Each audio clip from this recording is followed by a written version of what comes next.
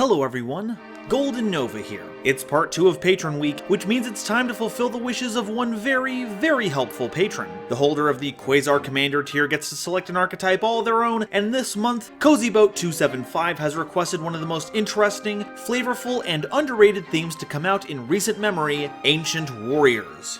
Based on one of the most prolific pieces of literature ever written, Romance of the Three Kingdoms, Ancient Warriors seek to reflect this masterpiece by bringing us a series of monsters that, despite the three factions in the story, work together mechanically, but subtly hint at the complex relationships of the major figures between armies. But what in the world is the Romance of the Three Kingdoms, and what's it about? And the answer isn't entirely straightforward. In general, it covers a period of real-world history starting from around the time of the Han Dynasty, which would place the beginning of the story in the year 169 AD, and ends with the reunification of China in 280 AD with the formation of the Jin Dynasty. However, the book is part historical record and part myth, so not everything happened in real life as it happened in the book, but that's to be expected. Luo Guanzhong is attributed as having written it in the 14th century, and when you write about something that happened more than 1,000 years ago, a few details are going to get a bit embellished. And how much of it is fiction versus non-fiction? That I couldn't tell you. Romance of the Three Kingdoms is an epic spanning 800,000 words across 120 chapters, and I do not have the kind of time needed to cross-reference how much of the tale holds up to the historical record, let alone how it relates to the cards we see today. But thankfully, I've contacted an expert on the subject to help me out. Stick around until the end of the video, because I'll be interviewing ArtistWithAfro, a fellow Yugituber that has extensive knowledge on the subject, and is going to be answering my questions about how the theme relates to the story, as well as what we might expect to see from them in the future based on that knowledge. So, to keep me from going on my own 800,000 word ramble, let's do some annotations to cover the big players, sit in the war room to understand their strategy, then see what alliances we can form to outperform our opponent's army. Boot up your gaming machine of choice and pop in your favorite Dynasty Warrior game, because we're about to wade into battle with the Ancient Warriors. But before we continue, a quick reminder to please like and subscribe if you've enjoyed my content so far. We're on the road to 100,000 subscribers, and what better way to travel down the road than on your Duel Runner? We'll be covering iconic 5D's characters along the way, and our next stop is 20K, where we'll start the Yusei Explained series, covering Stardust, Junk, and whatever other cards we can play to help us rev it up. We've also got our Discord, where I think people are making Initial D references? I'm so out of the loop here. And a Twitter, where you can stay up to date on channel news and my bad takes. And if you really like what I do here, please consider joining my YouTube membership. It's basically like a Twitch sub, emotes included, or backing me on Patreon, where you can vote on a video that I make every month. It also gets you early access to my videos via the patron-only section of my Discord, provided I get the video done ahead of schedule. And whether you're a member or a patron, I get a schedule sent to you on the first week of the month, so you know what to expect for the next 4 weeks. Thank you all so much for watching, and now, back to the video. So, what's the deal with Ancient Warriors? Well, they're a series of Beast Warrior monsters spread out across 3 attributes: wind, water, and fire. Well, mostly 3 attributes. We'll get to the Maverick later on. Many of their effects involve sending cards from your hand or field to the grave, because you gotta spend a lot of resources when you're at war, or, in the case of several of their spells and traps, have their effects trigger when sent from the field to the grave. They are all called sagas after all, so it's like getting a neat little bonus for finishing a story. Hey, you. Yeah, you, I'm talking to you. Get out of here. Now, go, shoot, find another video. This is Yu-Gi-Oh! For crying out loud. We got standards. Who am I kidding? Also, many of these effects can only be activated or applied while you control another Ancient Warrior monster, which emphasizes that while these are legendary figures of grand import, they can never reach their full potential unless they've got someone out there watching their back. Let's start with our water attribute Ancient Warriors, who are all coincidentally level 4. Eccentric Lu Jing has 700 attack and 2000 defense, and they can target a continuous spell or trap you control, send it to the grave on resolution, and if you do, add an Ancient Warrior spell or trap with a different name from your grave to your hand. Also, if another of your Ancient Warrior's effects are activated except during the damage step, you can target a spell or trap your opponent controls and destroy it. Lu Jing is perfect for cycling through your spells, as several of them have effects that trigger when sent to the grave grave from the Speller Trap Zone. So you can get all the value you want from them while they're on the field, then have Liu Xuan swap them out for another, and then repeat the process to gain tons of advantage. I guess that's just how they scroll. Graceful Zhuge Kong has 1600 attack and defense, and can target a continuous Speller Trap you control, send it to the grave on resolution, and if you do, add an Ancient Warrior's Speller Trap from your deck to your hand. Also, if another of your Ancient Warrior's effects are activated, Zhuge Kong can target an effect monster your opponent controls and negate its effects until the end of the turn. So Liu Xuan and Zhuge Kong work as parallels. Both activate their first effect by sending continuous spells or traps to the grave, but Zhuge Kong is better in the early game to set you up, while Liu Xuan is essential for your grind game. They also suppress your opponent's game plan when using another Ancient Warrior effect, with Liu Xuan taking care of back row, while Zhuge Kong blanks monster effects. Not quite removal, but such brutal methods aren't always the correct way to go. Sometimes you need a bit more of a graceful touch. Masterful Sun Mo has 1800 attack and 1500 defense, and while you control another Ancient Warrior monster, Sun Mo can't be targeted for attacks. They can also send a card from your hand or field to the grave to add an Ancient Warrior's monster from your deck to your hand, and if another Ancient Warrior monster's effect is activated, except during the damage step, you can target a monster your opponent controls and return it to the hand. That's right, it's a searcher, and removal, and your other Ancient Warriors play interference for attacks. In almost any other theme, Sun Mo would be a boss monster, give or take a few attack points. But sequencing is important. Like any good commander, they do their best work when bolstered by their companions, so the more backup you can bring to bear, the more you can Sun Mo down your opponent. Okay, now it's time for our wind monsters, and the levels are a tad more varied this time around. Virtuous Liu Xuan is a level 4 monster with 1400 attack and 1200 defense, and while you control another Ancient Warrior's monster, your opponent cannot target them with attacks. Doesn't that sound familiar? If your opponent has more monsters than you do, you can send a card from your hand or field to the grave to special summon an Ancient Warrior monster from your deck, and when an attack is declared involving a different Ancient Warrior's monster you control, you get to draw a card. Between this and Sun Mo, you have a lot of ways to grab a lot of cards out of your deck, and while Sun Mo has built-in removal, Liu Xuan gets you card advantage while also giving you the ability to summon out your big Ancient Warriors quickly. They even protect each other from being attacked if they're both on the field. Isn't that neat? Cooperation, after all, is a virtue. Ingenious Zhuge Kong is a level 4 monster with 1000 attack and 2000 defense, and if they're added from your deck to your hand by the effect of an Ancient Warriors card, you can special summon them. When a Speller Trap card is activated as a quick effect, you can send a face-up Ancient Warrior's continuous Speller Trap you control to the grave to negate the activation. And when a monster effect is activated while you control Virtuous Liu Xuan as a quick effect, Zhuge Kong can send a face-up Ancient Warrior's continuous Speller Trap you control to the grave to negate the activation. Zhuge Kong is the best search in this entire deck, if only for the fact that it essentially turns the search into a free summon. And as long as you have the right fuel, it's always a Speller Trap negator, useful for stopping powerful equalizers like Lightning Storm or Evenly Matched, and with the right setup can then also negate monster effects to help insulate your field. Heck, you can just summon them out via Liu Xuan to make that effect active. Though, I've got a feeling they aren't allowed to rise up into the monarchy due to their position, which is a real shame, because this sure is one King Kong right here. Loyal Guan Yun is a level 7 monster with 2500 attack and 1800 defense, and if only your opponent controls monsters, you can special summon them from your hand. While they're on the field, your opponent cannot target other Ancient Warrior monsters you control with card effects, and if your opponent controls more monsters than you do, Guan Yun can just target an opponent's monster and destroy it.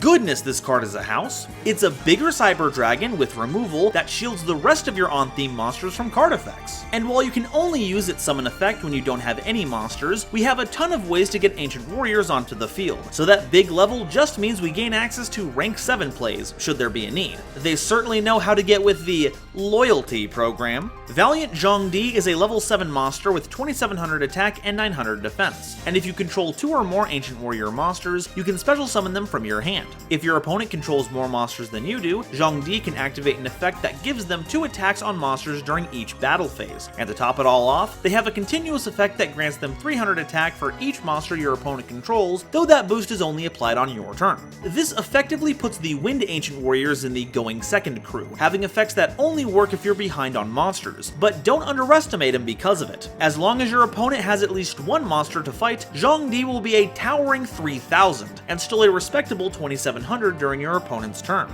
And since the multi-attack is an activated ability, not some strange kind of continuous one, you can activate it when the conditions are right and keep it for the rest of the turn, no matter how their lineup changes, which is an excellent legacy for this valiant warrior. Now it's time for our Fire Force. Deceptive Jia Wen is a level 4 monster with 1100 attack and 1800 defense, and they can target a continuous spell or trap you control, send it to the grave on resolution, and if you do, have the attack of 2 face-up monsters on the field until the end of the turn. Also, if any cards your opponent controls are destroyed by battle or card effect, you can target an Ancient Warriors card in your grave and add it to your hand. Now, on the surface, attack reduction always sounds rather underwhelming, but remember, this is another outlet for our Saga's grave effects, and it doesn't target. There are very few monsters that can handle that kind of debuff, and while Jia Wen isn't always going to be in a position to take advantage of that, most any of their companions can. And just getting cards back to your hand by destroying your opponent's cards, or even when they destroy their own cards, is a fantastic way to keep the advantage train rolling. It's almost enough to make you feel sorry for Unchained players.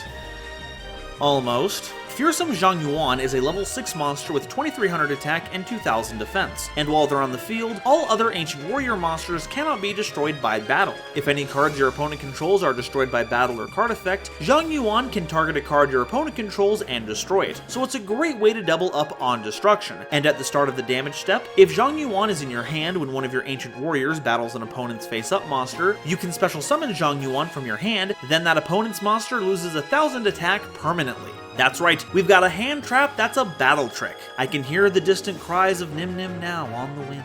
But seriously, this card is devastating. If your monster wins the battle that Zhang Yuan was summoned for, then they get to pop a card, and if they don't, you won't lose that monster because of the protection Zhang Yuan provides. Then you can follow up with an attack from this fiery fighter because they probably weren't over 3300 to begin with. And if they were, then we have an issue with names here because then that monster would be the fearsome one. Ambitious Cao Di is a level 8 monster with 3000 attack and 2500 defense, and while you control another Ancient Warriors monster, your opponent can't target or destroy Cao Di with card effects. When any of your opponent's cards are destroyed by battle or card effect, you can send another card from your hand or field to the grave to summon Cao Di from your hand, and when they do destroy an opponent's monster by battle and send it to the grave, you can special summon them to your field in defense position. That's right, we've got an on-theme Go-Yo Guardian. This card also pretty much cements the Fire faction of Ancient Warriors as the ones who excel when we take cards away from our opponent, so they synergize very well with generic cards that destroy, so get your Raigekis and Smashing Grounds ready. But despite the stat line and the Go-Yo effect, I still wouldn't go so far as to say it's the boss of the theme. Like, it's strong, don't get me wrong, but once it's on the field, all it is a big attacker with some upside and conditional protection. They could have added a bit more on top of it, maybe some negation or other quick effect interaction, but I suppose designing a card that strong would have been a bit too ambitious. But we still have one more main deck monster to go, and they are beholden to no faction. They care only for the thrill of battle and will side with whomever is the strongest, presenting the dark horse of the Ancient Warriors, or I suppose red hair, rebellious Liu Feng.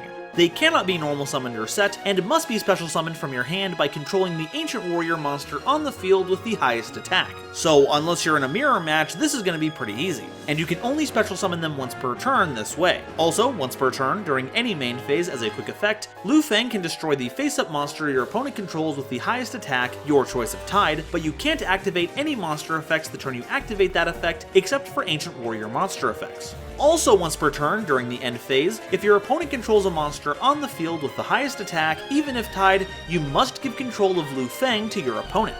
Now, that is pretty risky. If things go wrong, your opponent gets a big monster with quick effect destruction, though to be fair, that would lock them out of the rest of their effects, but for what it does, it's more than worth it. Not only is the destruction effect just great interaction and triggers basically all of your Fire Ancient Warriors, just by nature of being a quick effect means you can trigger all of your Water Ancient Warrior effects during your opponent's turn as well, which means MSTs and Effect Veilers on demand.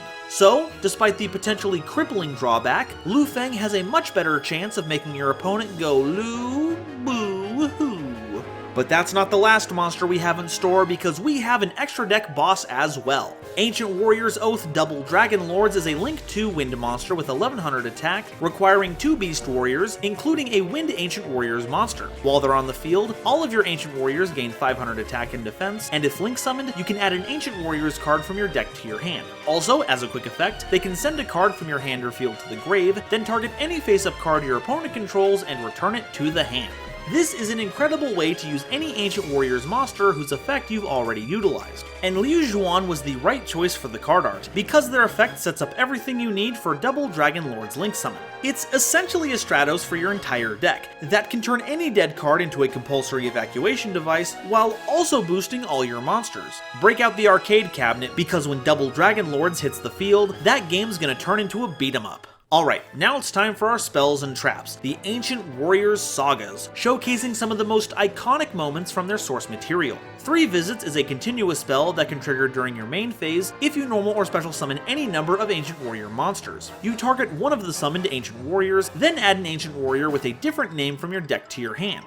If it's sent from your spell and trap zone to the grave, you can special summon an Ancient Warrior from your hand. Perhaps maybe even what you searched with 3 visits, and it's sent to the grave during your second standby phase after activation, so no matter what, it's going to trigger eventually. So we've got ourselves a Black Whirlwind for the theme, including all the ups and downs that entails. You can search Zhuge Kong for the free summon, get Liu Fang for the free summon, or get Zhang Yuan for their hand trap capabilities and free summon. And if your opponent destroys it, or you get rid of it yourself for one of your effects, you get to summon an Ancient Warrior from your hand, which is very useful considering how big some of them can be.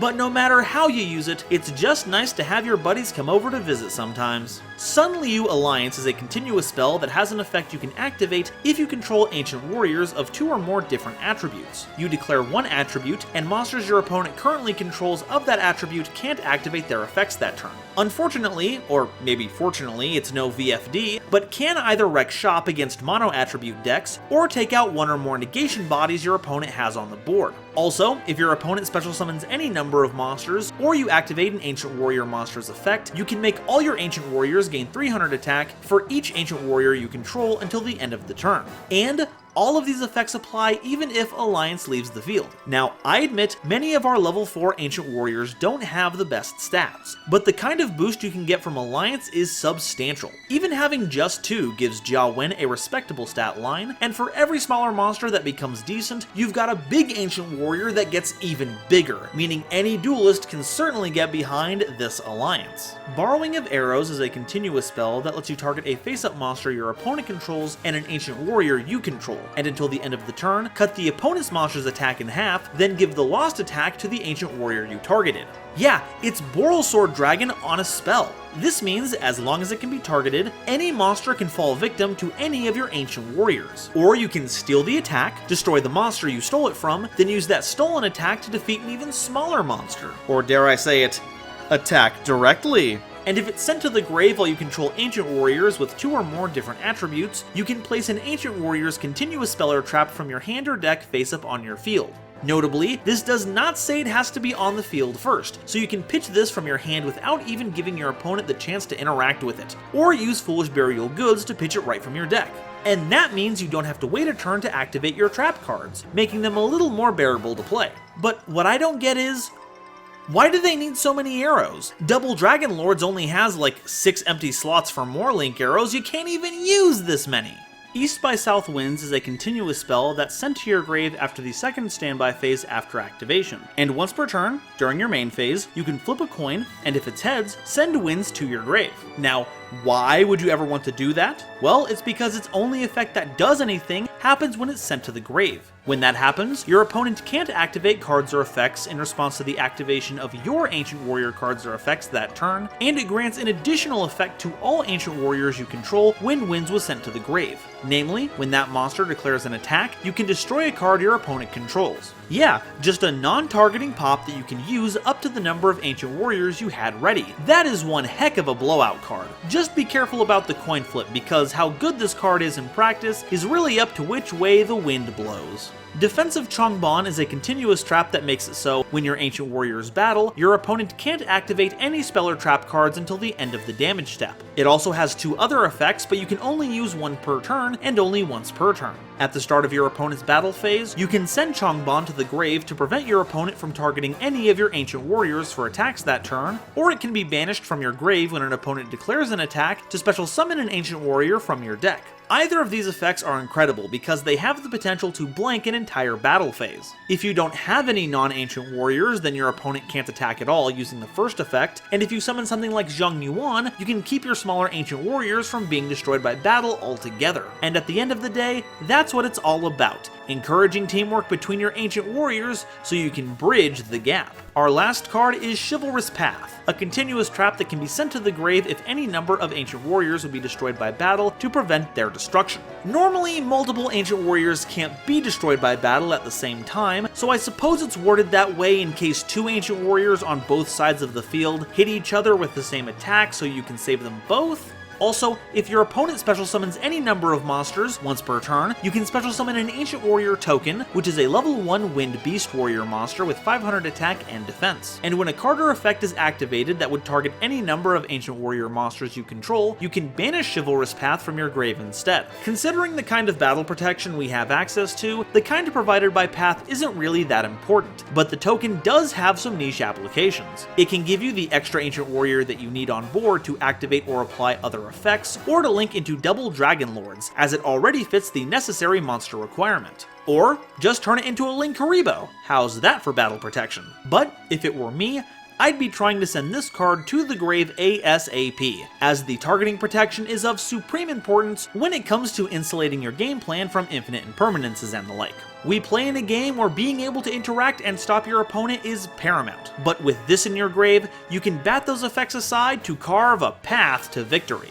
Okay, so that's all our Ancient Warrior cards, but what do we do with them? Well, with the number of monsters we can field with interconnected effects, I'm confident in saying we've got a very aggressive deck that's complemented by a number of problem solvers. Alliance gives you effect negation, while Zhuge Kong can stop activations, and all of that is in service to a bunch of monsters that shine in the battle phase. Sun Mo bounces monsters, Liu Xuan draws you cards, Cao Di steals monsters. It's like we're playing a modernized Gladiator Beast deck that thrives in the battle phase, but is much less reliant on it to get their plays off the ground. In short, we're a mid-range deck that leans much more into the aggro than control, using the former's effects to help us build a big board to take over the game all at once. But what can we play to help them out?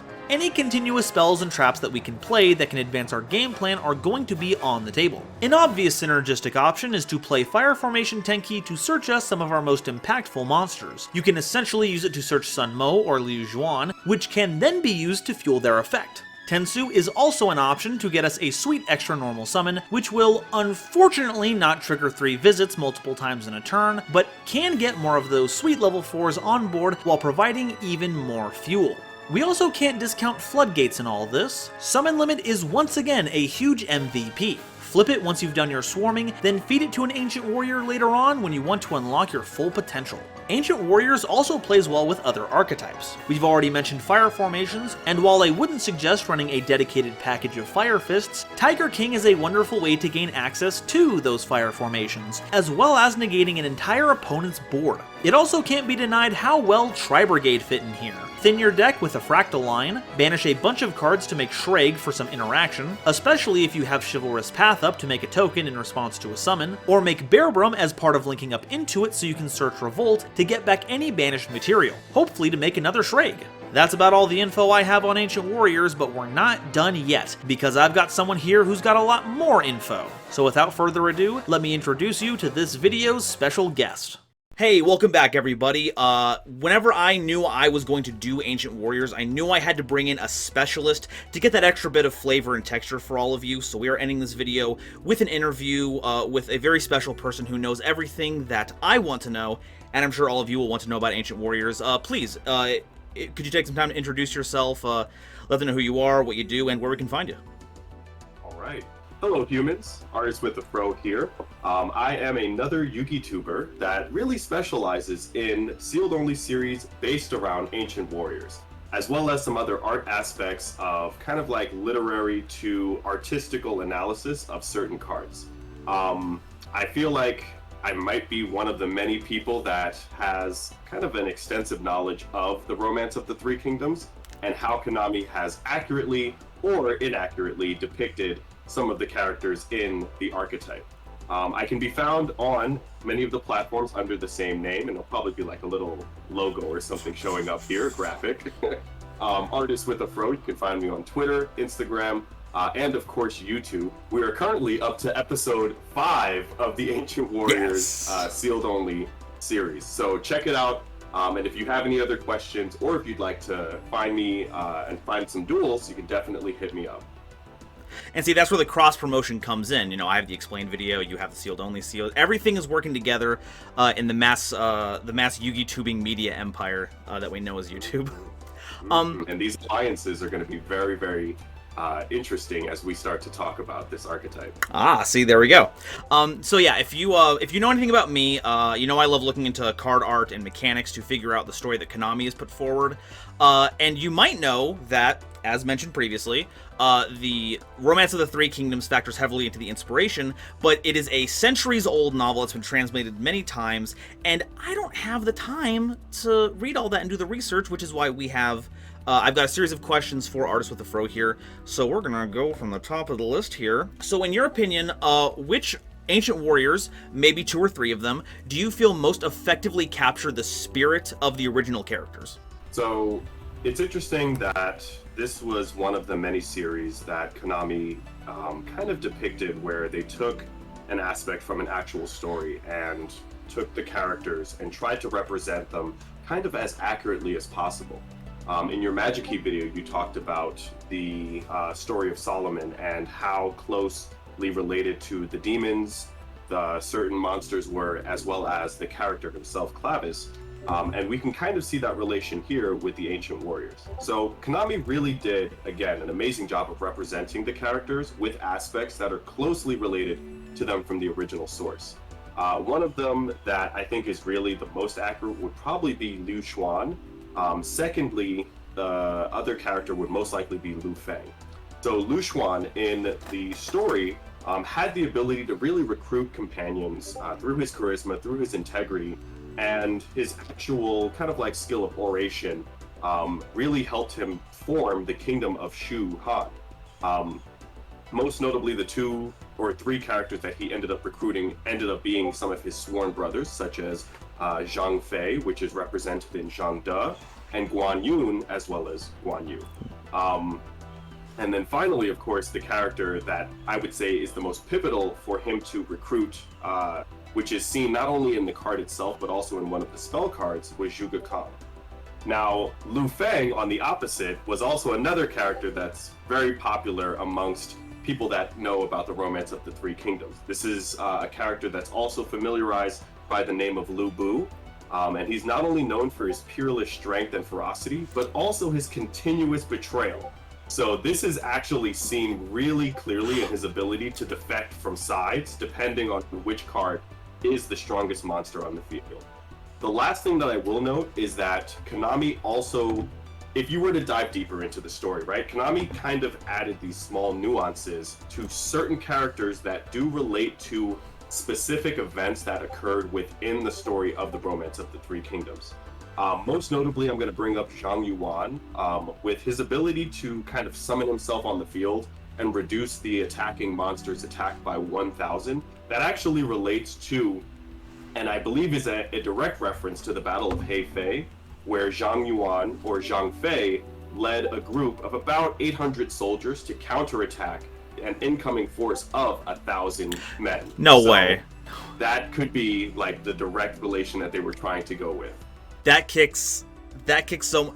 How did they get that much detail into all of that? Okay, so there's a lot of stuff that works really well here, but that might not always be the case. Do you find that there are some that are lacking in any regard? Like the art direction wasn't off, like some of the armor isn't the way that it should be, or an effect that kind of betrays how the character should be portrayed, any of that kind of stuff?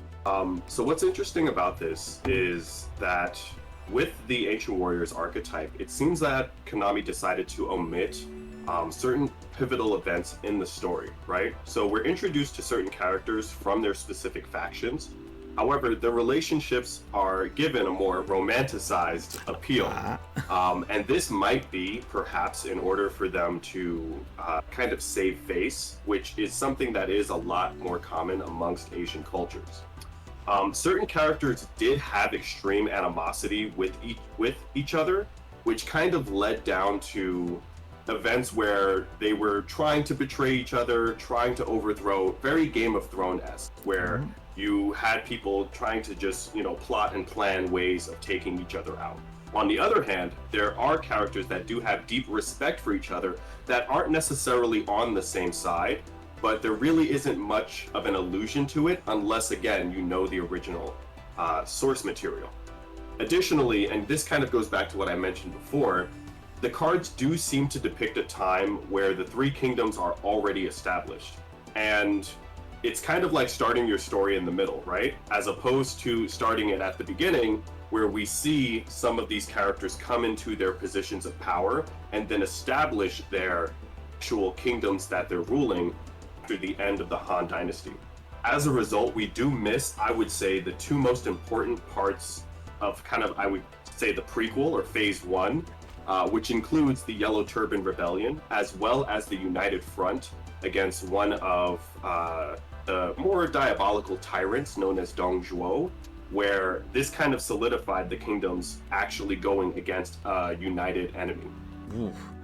So it might be more accurate to say that it's the romance of the creation of the three kingdoms, rather than one might think that they were already established. Like in most fantasy things, they already have this huge history, and they just end up having a conflict while here, as opposed to what's shown here.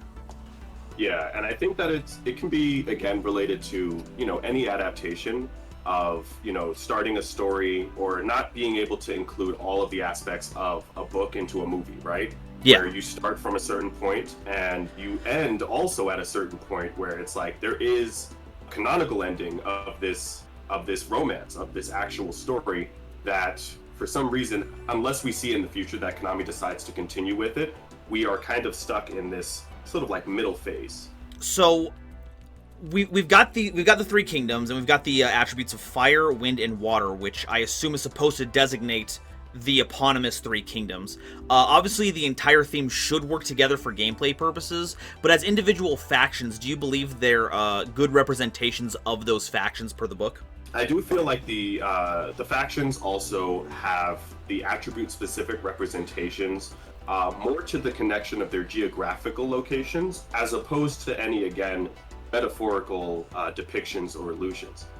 This, again, I will credit Konami for, because they had to have known, or at least had to have done enough research to know where the specific kingdoms were located in that region of China, and then again depict some of that artwork in the backgrounds of the characters, as well as the attributes of the specific characters themselves. And I can give you a specific example. Yeah, please. So we have Sun Mo, Lu Jing, and Zhuge Kong, right? Those are all characters from the Kingdom of Wu. This is located kind of more in the southeastern edge of China, and this overlooks two bodies of water, being the Yellow and the South China Sea, right? As a result, them receiving the water attribute is pretty understandable. And then again, if you were to kind of go more Western, right? And we look at the geographical aspects in the backgrounds of certain characters from Shu Han. This includes Liu Xuan, Zhuge Kong, Zhang De, and Guan Yu. They have they're from a more mountainous region. So again, if you look at the card specifically, you can see the more mountainous aspects behind them. And then finally, of course, the characters from the Kingdom of Wei, having more access to industrial castles and strongholds, that again alludes itself to, again, creations of iron, stone, masonry, and then of course fire, which can be seen in their depictions. Now, there is one thing to note, and I forgot to mention this before, but artistically, people that are familiar with Dynasty Warriors, the Dynasty Warrior games, as well as the Three Kingdom games, might find it a bit jarring that the representations of Wu and Wei seem to have swapped colors. So Wu would be traditionally the kingdom that is synonymous with fire, that is synonymous with red, and Wei would then be the kingdom that's synonymous with blue, and technically water, if we were to make that assumption. There are metaphorical lenses that you can look at if you were to apply, let's say, a connection to the attribute to the aspects of the specific kingdom, right? So when we think about Wu, Wei, and Shu, most of these kingdoms either ran basically based off of ambition, virtue, and I would say family, right? Those would kind of be the main aspects. So if we were to take, again, the water, right? Where water being something that connects all of us, you can kind of assume that this is where we're going with this, and that kind of ties into the family or familial aspect. The wind being more of a virtuous type of sort of element, something that can ebb and flow and move through different aspects and kind of like breathe life into a hardened or a separate area can also be something. And then of course the fire can attribute itself to the ambition that the ruler of Wei had in regards to wanting to take over, and spoiler alert, eventually succeeding in taking over the majority of that region of China. The ancient warrior sagas are all notable events in the Romance of the Three Kingdoms. Are they given the same kind of attention to detail when it comes to how their effects reflect these stories? And do you have a favorite one? And if you have different ones based on different criteria, feel free to just let them all out there. So again, really big credit to Konami here. Excuse me. Again, really big credit to Konami here. I think that they tried to accurately depict as many important aspects of the story within the sort of stratosphere of what they were trying to contain. Out of that, I think that the most important sort of Ancient Warrior Saga spells and trap cards are probably the Ancient Warrior Saga's 3 visits, which includes the story of the recruitment of the strategist Zhuge Kong by the main characters of Shu Han, right? So in the story, and this kind of relates to the cards as well, Liu Xuan, Guan Yun, and Zhang De had to approach Zhuge Kong 3 times before he decided to actually join their forces. And this can also kind of be something where it's seen as you're recruiting a character up to each standby phase, and at the 3rd standby phase, or rather at the end of the 2nd standby phase, the card itself destroys itself and you can special summon a card from your hand, an Ancient Warriors monster from your hand. So the other card that I think is also very important is the Ancient Warriors Saga, the Sun Liu Alliance, because this was kind of the turning point in the story where 2 factions finally decided to amicably kind of come together and have a united front against the Wei Kingdom. Now, again, spoilers, it didn't kind of come to fruition because there was still some sort of infighting, but it was a pivotal point in the story where you had, again, just these 2 aspects of characters realizing, you know, there is a greater enemy that we need to kind of unite against and then go at it. This can also be seen in the card's specific effect where you need 2 different ancient warriors of 2 different attributes to then allow them to negate the effects of all other monsters on the field, and then additionally gain 300 for every ancient warrior that is on their respective side of the field. That's ridiculous. Sorry, I don't have good words for it, but just like when you talk like the separate like attributes having to be together for that, like that's... Goodness gracious. So far, the only extra deck card that we have gotten for Ancient Warriors is the Double Dragon Lords, which is the craziest Tri-Brigade card ever printed. But does this leave the door open to other Ancient Warriors Oath monsters? And which pairs do you think we might see in the future?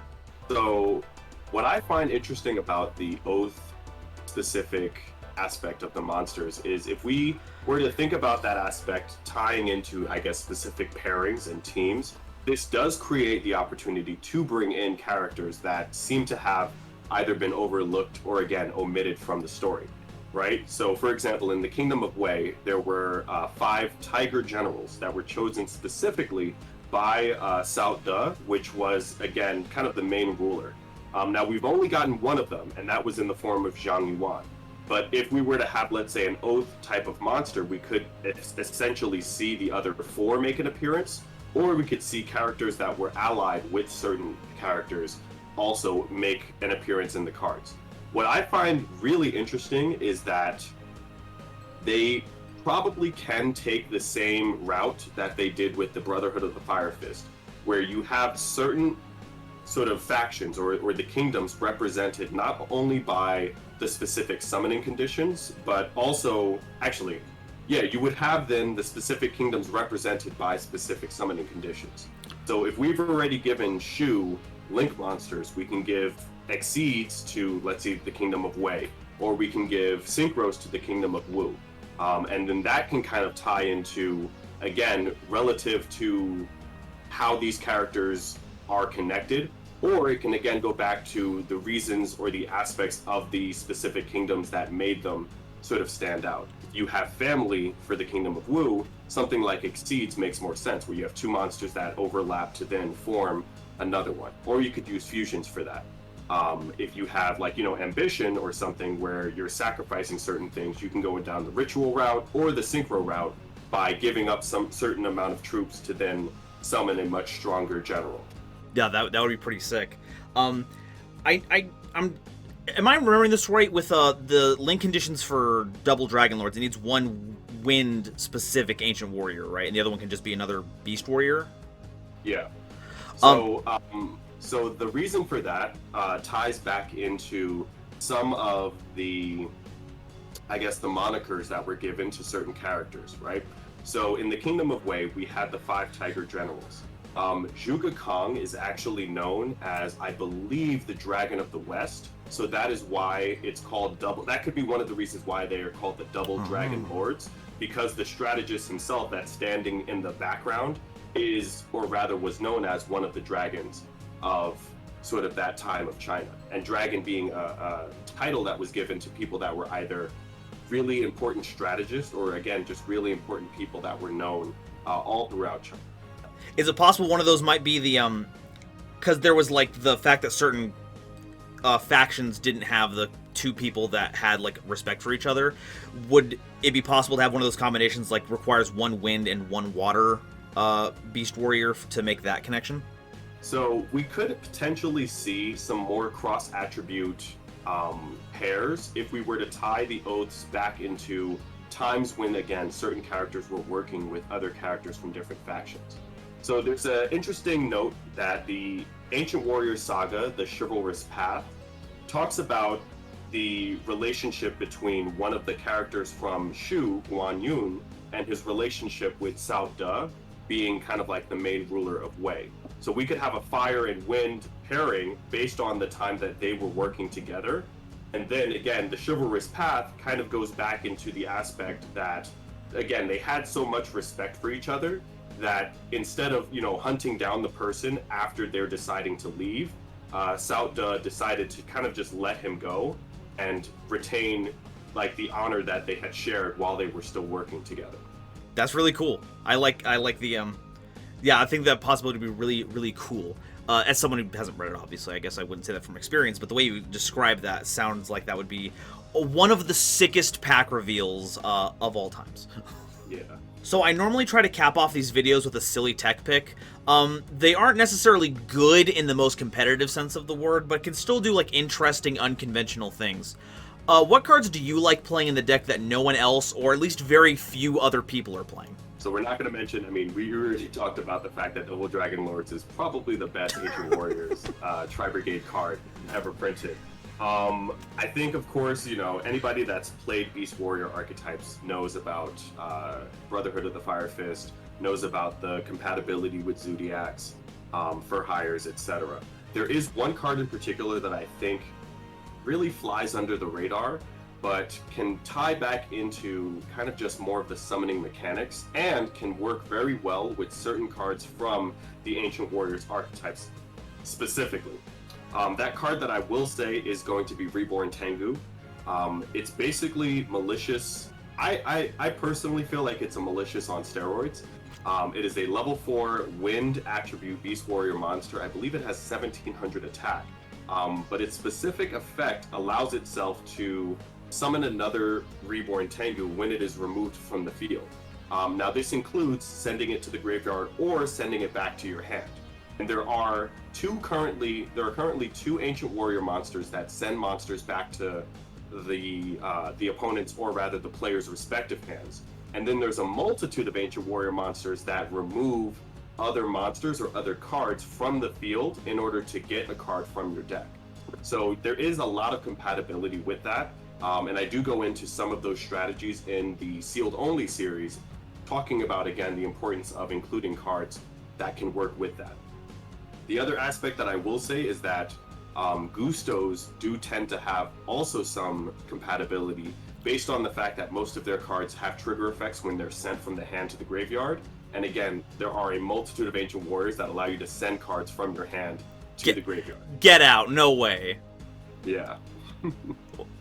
So are there like tuners that you can get out to go into other plays, or is there like what's the impetus behind Gusto on that?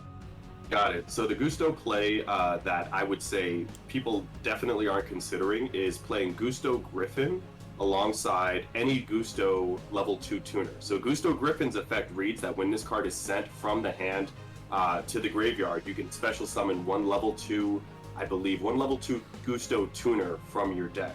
So you send the 3-star monster, you get a level 2 tuner. Let's say you were to chain this, or rather activate this effect off of Sunmo. You can also then add an Ancient Warrior monster from your deck to your hand. So now you have 2 monsters on the field, and a potential extra monster you can summon. And you can kind of either synchro, or you can go straight into, again, your Tri-Brigade Link monsters. And none of the Ancient Warriors cause them to miss timing. It's all like at the same time. Not at all. Exactly. What in the world? Exactly. You can't be telling me in 2021 someone's getting like dual terminal 3 cards in here. It's like, no, these are viable. There are combos here. Yeah, they are very, very viable. Especially because the fact that like some of the Ancient Warrior cards not only send monsters but send spells and traps. You can benefit off of having certain traps that trigger in the graveyard, activate, or rather go kind of like hand in hand with certain Ancient Warrior effects. Well, awesome. Thank you. Thanks a million for enlightening me on the way that we can use tiny birds to enhance military actions. That's about everything that I have on my list. ArtistWithAfro, is there anything else that you wanted to add about Ancient Warriors at the end here that flew over my head that I didn't consider? The only other thing that I would add is, again, when it comes to the depictions of certain stories or certain historical aspects, I do appreciate the fact that Konami does do their research and really tries to depict certain parts of the story or certain parts of various stories as accurately as possible, and then kind of takes that nuance and adds, really specific effects or really specific artistic designs based to events that have happened. Again, I am very, very excited, or rather, I'm looking forward to hopefully seeing more characters be included in the story. There are a multitude of popular characters that are in not only the Ancient Warriors archetype, but from the Romance of the Three Kingdoms and from the Dynasty Warrior games that I'm sure a lot of characters would enjoy seeing. There are also a lot of important, I would say, pivotal female characters that don't necessarily get the amount of sort of praise or representation because we currently have none of them show up in the card archetype. And I wouldn't have even known. Like, this is the first I'm hearing about it. So yeah. Yeah. So I guess I would like to see more of that. But for what we have, I do appreciate what Konami has done. And I think that if they were to continue doing this with other archetypes or with other historical stories, we could see more of, more of a representation of historical aspects, and people could actually, again, be interested in then following those different stories as they relate, or rather outside of Yu-Gi-Oh! Itself. Cool. Well, hey, thank you again so much for joining me in helping to teach everyone about Ancient Warriors and what they're based on. Just as an outro, just to make sure, in case anyone decided they were going to skip the section like a jerk, where else can we find you, and what can you be doing there? So again, folks can find me on the ArtistWithAfro YouTube channel. There'll be some sort of like notification somewhere down here or in the description down below. All kinds of editing going on. Right? I also do have a Twitter and an Instagram under the same name, so you can find me there. And yeah, I would say, if anything, if anybody has any questions, or again, if anybody's looking to, have any good duels or any conversations, totally hit me up. I'm totally down for anything. And yeah, I look forward to, I guess, hearing and seeing from more people. And I just want to, again, just take this time to thank you for allowing me to kind of come on this platform and give a big explanation to an archetype that, and I'll be honest, an archetype that really kept me in Yu-Gi-Oh! When I was this close to leaving. And those are some of the best deck. Whenever you see someone who has that connection with the deck and you get to hear them talk about that and get really into it, that is the biggest treat. So thank you for sharing that love with all of us. Thank you all so much for watching, and a big thank you once again to ArtistWithAfro for agreeing to contribute to this video. I don't think it would be half as awesome as it is without him. Please, please, please go check him out. He's such a hidden gem in the community and deserves a lot more love than they're getting. But now, I want to hear what you all have to say. Do you think ancient warriors have what it takes to forge their own dynasty, or are they doomed to fade into the annals of history? Let me know in the comments, and if you haven't already, please make sure to like, subscribe, and share this video around. It really does a lot to help me out. I'd also like to take this time to thank my lovely patrons, including this month's illustrious Quasar Commander, CozyBoat275, Nebula Navigators Billy Spence, Genesis Yu-Gi-Oh, Gloomba331, Panther J, Shep Shao Shep, The Wizard Moose and the Fresh Prince of Conair, Cosmic Crusaders Chaz Ghost, Colin Todd, Panda PLS and Legendary Raven, as well as the lovely Starlight Explorers you see on screen now. And if you want to see another deck full of beastly warriors, check out this video I did on Boojins. Thank you all so much for watching, and I'll see you next time. Bye-bye.